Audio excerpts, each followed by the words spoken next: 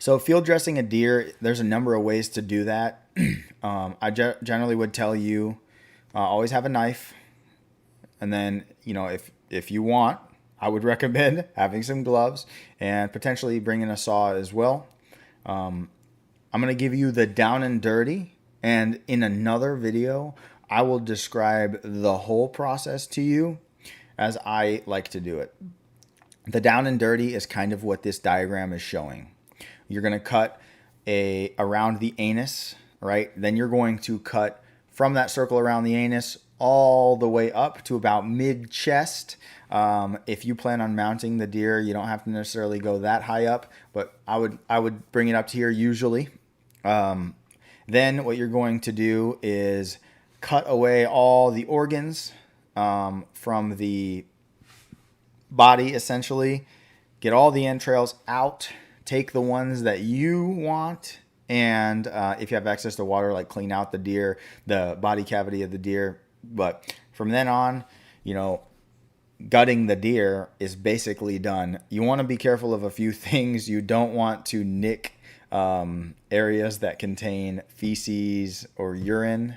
You don't want to cut open the stomach and have contents of the stomach all over.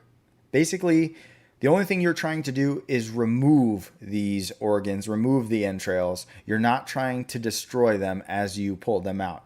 But I'll get into a much deeper explanation of field dressing a deer or gutting a deer in another video. But for now, what I would tell you to do is just to Google the process, watch 5 or 10 videos on the process that you like, understand it to the point that you can memorize it and you could do it the first time you got in the woods. If you don't think you'd be ready to field dress a deer and don't know how to do it, there are other options.